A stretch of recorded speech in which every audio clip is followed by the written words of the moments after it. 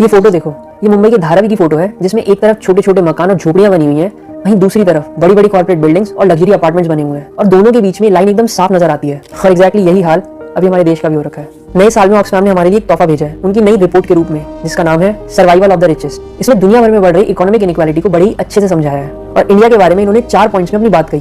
पहला, देश के 1% सबसे अमीर लोगों के पास देश का 40% से ज्यादा पैसा है और देश की आधी आबादी यानी करीब 70 करोड़ लोग मात्र 3% देश की संपत्ति में गुजारा कर रहे हैं। दूसरा, इंडिया के सिर्फ टॉप 10 लोगों के पास इतना पैसा है कि इतना पैसा है कि इससे पूरे देश का एजुकेशन बजट 26 साल तक फंड किया जा सकता है। तीसरा, 2017 से 2021 तक माने 4 सालों में अडानी ने अपनी नेटवर्थ को जितना बढ़ाया है, अगर सिर्फ उस पर एक बार मात्र 20% का टैक्स लगाएं तो सरकार के पास इतना पैसा आ सकता है। ये इतना पैसा है कि इससे इतने सारे प्राइमरी स्कूल टीचर्स की 1 साल की सैलरी दी जा सकती है। चौथा, 2021 में हमारी सरकार ने जीएसटी से इतना पैसा कमाया था और जानते हो इस भारी भरकम अमाउंट का 64% हिस्सा कहां से आया था? देश के 70 करोड़ गरीब लोगों से।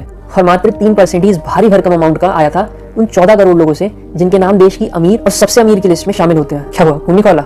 अब खोलेगा। 2019 के बाद सरकार ने बड़े बड़े बिजनेसमैन को फायदा पहुंचाने के लिए कॉर्पोरेट टैक्स को 30% से घटाकर 22% कर दिया और जब इतने से भी मन नहीं भरा तो 7% और कम कर दिया और उसकी भरपाई देश की आम जनता से कर ली। रोजमर्रा की चीजों के दाम बढ़ा दिए। और फाइनली पांचवा, जिसका क्रेडिट तो डेफिनेटली मोदी जी को जाता है कि उन्होंने देश के 80 करोड़ लोगों की ये हालत कर दी है कि वो खुद से अपना 2 वक्त का खाना भी अफोर्ड नहीं कर सकते। सरकार को देना पड़ रहा है free ration. And by the way वाला ऑक्सफैम की रिपोर्ट में नहीं था, बट मोदी जी और बाकी बीजेपी नेता इसे चीख कर सबको बताते रहते हैं जैसे कोई बहुत ज्यादा प्राउड वाली बात हो। ऑक्सफैम की इस रिपोर्ट में इस भयंकर इनइक्वालिटी को कम करने के तरीके भी बताए गए हैं, बट अगर सरकार ऐसा करना चाहे या सरकार की नीयत हो कि बड़े बड़े बिजनेसमैन को छोड़ के अब थोड़ा आम लोगों की जिंदगी को भी बेहतर बनाया जाए, तो उसे किसी ऑक्सफैम रिपोर्ट के सजेशंस की जरूरत नहीं है। उसके पास एक से एक बेहतरीन इकोनॉमिस्ट है जो प्रॉब्लम भी अच्छे से जानते हैं और सॉल्यूशंस भी उनके पास हैं। बस कमी है तो सरकार की नीयत की, इंटेंशन की। खैर, आप इस पर क्या सोचते हो कमेंट्स में बताओ।